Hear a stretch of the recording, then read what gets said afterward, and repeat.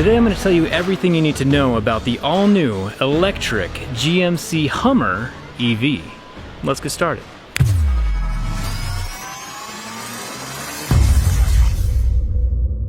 So I've been driving trucks my whole life. Trucks can go more places than cars can and do more things than cars can, and anytime a new electric truck comes out, I get super excited. This is the all-electric Hummer EV from GMC. This video is not sponsored, by the way. They did bring me out to get a first look, but we know that electric vehicles are the future, and it's super interesting that Hummer, of all people, is one of the first to jump on board, because environmentally friendly and Hummer haven't previously been used in the same sentence before. So the reason I like electric vehicles so much is because the sheer power and torque is just always automatically there the instant you need it. Let's start with the aesthetics though. So right off the bat with the Hummer EV, I can see design elements taken from the H2 as well as the original military Humvees. But we'll just do a quick little walk around. So we get the center lights up here, we have the driving lights there, along with these shackles down here in the front.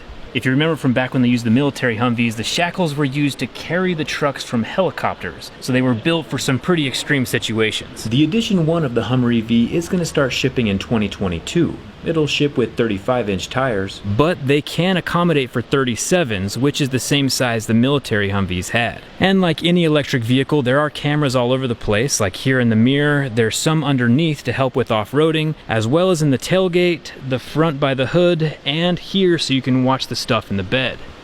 There are 4 doors, and one of my favorite things is that each of these roof panels inside can come off of the truck and have a totally open air environment inside. We'll check out the interior in a minute, but this back window also drops down, because nothing's better than off-roading and having the wind run through your hair. All of those panels can actually fit right here inside of the frunk. They stack on top of each other so they're out of the way.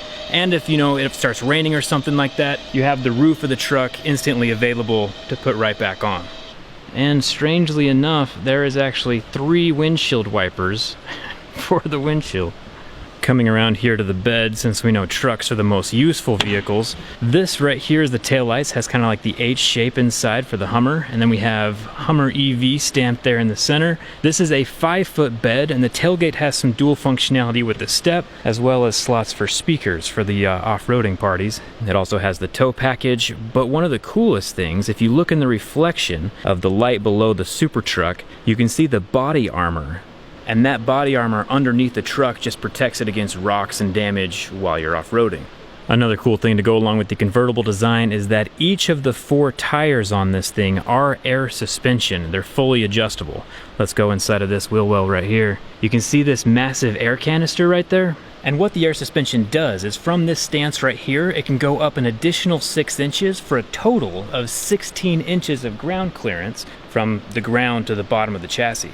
And not only that, which is fantastic for off-roading, but each of the tires can turn independently. So the front and rear tires can angle the same direction, or they can be angled opposite directions for a super tight turning radius. When they're angled the same direction, they call it crab mode because you're moving the whole vehicle diagonally. But if you're watching this video, you probably don't care as much what the truck looks like. You're probably more interested in what it's capable of and how it works. So let's go over here. So behind me is a cutaway of the Hummer EV, and it shows the front motor, the battery, and the rear motor so we can get a better look. So one thing that GM has going for them is that they've been making trucks for over 100 years. They've actually sold over 85 million trucks, so they kind of know what they're doing when it comes to heavy-duty vehicles. Now, the suspension is one of the coolest parts of this. I'll get to the battery in a second, but this is one of the air ride canisters that go up and down, and the up and down travel is so much that the half shaft as well has to expand and contract to accommodate for that lift change. It makes a little more sense when you can see it. I have an extra half shaft right here. This is the part that goes into the knuckle inside of the tire, and then this portion right here is where the half shaft can expand and contract depending on how high or low the air ride suspension is. This thing's a beast. And the air ride suspension isn't just about ground clearance. I mean, that's what I'm going to use it for, but it's also about just how the vehicle drives. It can adjust itself over 500 times a second. Those 500 times a second is all about the road conditions, the weather, how hard it's turning. There's a lot of calculations that go into an electric vehicle. Speaking of which, let's talk about the battery.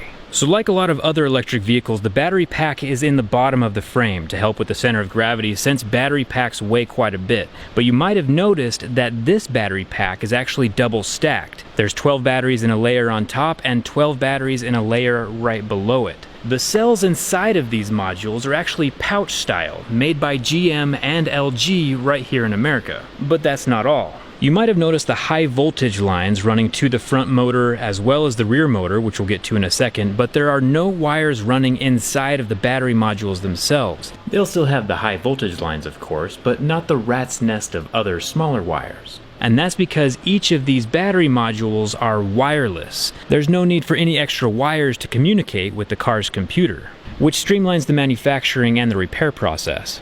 Another thing, at the bottom of these modules is a metal plate that can be used to heat and cool the batteries. Liquid can run through those plates, hot or cold liquid, to keep the batteries at the optimum temperature. Batteries are kind of like humans, and they like to be in the same temperature range that we do. Internally, the motors operate on a 400 volt system. It charges at 800 volts, but we'll get to that in a second. This is the rear motor, and as we can see, there are two high voltage lines going to each half, and that's because one of these motors drives the left wheel and one of them drives the right wheel. And because there's two motors back here, you get way more control. Imagine for a second you were in a regular gas-powered vehicle and your vehicle was tipped while you're off-roading, so one tire's off the ground. It's just gonna spin and spin if there's not a rear locker. So by GM having two motors back here, the Hummer EV always has power to both wheels no matter what. So inside the Hummer EV, there's over 200 kilowatt hours of energy, which equates to about 350 miles. Now it's a 400 volt system inside of the EV that's powering both the motors, but the Hummer EV can charge at over 800 volts, which equates to 350 kilowatts of charging right here in this little port. Basically, you never have to go to a gas station again with the electric vehicle. Now, most people, just like you would charge up your cell phone at night, have a charger at their house. So you plug it in at night, car's full the next morning, and you're ready to go. So if you're looking at the battery chassis over here and the base of the vehicle, all of that is gonna be right here where the step plate is. So this portion right here is gonna be the battery, and then the rest of it, where humans sit, is gonna be right above that. There's already a charging network of 68,000 chargers spread out all over the United States, so road trips are still an option with the Hummer. And if you visit one of the chargers that can do 800 volt charging, it'll replace about 100 miles of battery in 10 minutes. So we've covered the batteries and we've covered the exterior. Now it's time to see what it looks like on the inside. So inside the Hummer EV, they've taken more kind of like a rugged approach to the interior. We've taken all four roof panels off for the exterior driving. Remember, the back window can come down as well. And there's two-tone colors to all the seats with the Hummer EV logo inlaid in the center. An Easter egg that you might not catch right off the bat is they've drawn a topographical map of the Sea of Tranquility, which is on the moon, where the moon lander landed. I'd be willing to bet the Hummer EV would also work on the moon, but there's only one way to find out. It's cool they would take something as futuristic as an electric vehicle and kind of pair it up with the lunar lander. Same thing with this footplate right here. It's the exact same footprint that we found on the moon. And when I say found on the moon, I mean we put it on the moon. Back here in the back, we have another 3 seats, same Hummer EV logo, the back headrests, air conditioning for the back, and then with the air conditioning, we see the same kind of H design that we saw on the back lights. The same H design here as well. Some more lunar topography on the rubber mat that goes in the base. Right here, inside of the rear seats, is a little storage compartment. You can put like a first aid kit or like a tow strap or something back there, and there's another one there on that far side. But no matter how nice a truck looks, there's really no reason to buy it unless it has the power and performance. And lucky for us, electric vehicles have all of that. The Hummer EV has something called Watts to Freedom, which is their own special launch mode. It drops the suspension down a couple inches and lets the Hummer get to 0 to 60 in less than 3 seconds. For reference, an F-250 has a 0 to 60 time of about 7.5 seconds. So this will be crossing the finish line while the F-250 is still rolling coal at the starting line. Some people think that, you know, when they think of electric vehicles, they think of like a golf cart or something that isn't super powerful. The Hummer EV has over 1,000 horsepower and 11,500 foot-pounds of torque, which, if you know anything about trucks, those are some massive numbers. See how much space the rear passengers get to have. Quite a lot of room back here. If I had to pick one word to describe the interior of the Hummer EV, it would be utilitarian. Like, yeah, it's nice and premium and pristine, but it's also rugged in a way that you wouldn't be afraid to take it off-road or actually use it as a truck, because a truck is a tool and it's meant to be used. That's why I like having a truck. This thing is going to look good driving around a city, but it's also going to be useful enough to take it off-road in the country. One of the cool things is on the inside, the interior is actually animal-free, which means they were able to come up with their own texture for the seats, which is pretty cool. Let me see if I can get a close-up look at it. Because it's a man-made design, they were able to choose what kind of texture they want on the fabric, and so it's kind of like a grippy, pyramid-shaped texture all over the seats, and as well inside of the door.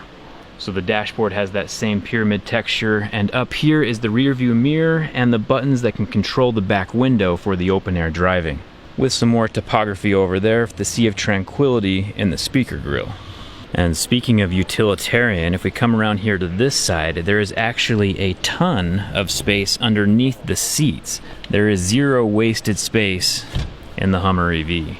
So inside the driver's seat, we have another vent off to the side with the H logo and a center screen here in the middle for all the important details. The second screen has GPS coordinates, tire pressure, the pitch and the roll of the truck, as well as all the exterior cameras can be visible on this center monitor, like the cameras underneath for off-roading and the cameras around the sides.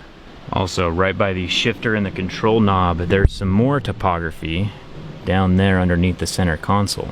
The steering wheel also has this portion right here at the top, which is a light and a camera built into it. And that's for something called Super Cruise, which allows it to kind of self-drive on over 200,000 miles of roads here in the United States. Super Cruise allows you to do the whole lane changing thing while you're on the freeway, while using the LiDAR and the exterior cameras to keep you safe. And then if you look away from the steering wheel for too long, the lights turn on and let you know to pay attention to the road while you're driving. Everything we've seen today is the top-of-the-line, most spec'd-out version of the Hummer EV, called the Edition 1. It's coming off the line in 2022, and will cost a little over $100,000, but there will also be cheaper package options coming out in future model years. Reservations are available right now, so I will leave a link down in the video description if you want to check that out or get more information. Personally, I'm definitely looking forward to seeing how this handles in real life. I'm not gonna lie, it's kind of nice to see that so much effort and work went into the interior and the exterior design. There are some electric vehicles out there that look more like a two-dimensional truck, and this is definitely, it feels like a real vehicle. I mean, don't get me wrong, electric trucks are cool no matter what they look like on the outside or the inside. I'm just excited to see where the technology takes us. Anyway, let me know if you have any questions, leave them down in the comments. Huge thanks to GM for letting me come out and get an early peek at the Hummer EV. I'm super excited for 2022. Come hang out with me on Instagram and Twitter, and thanks a ton for watching. I'll see you around.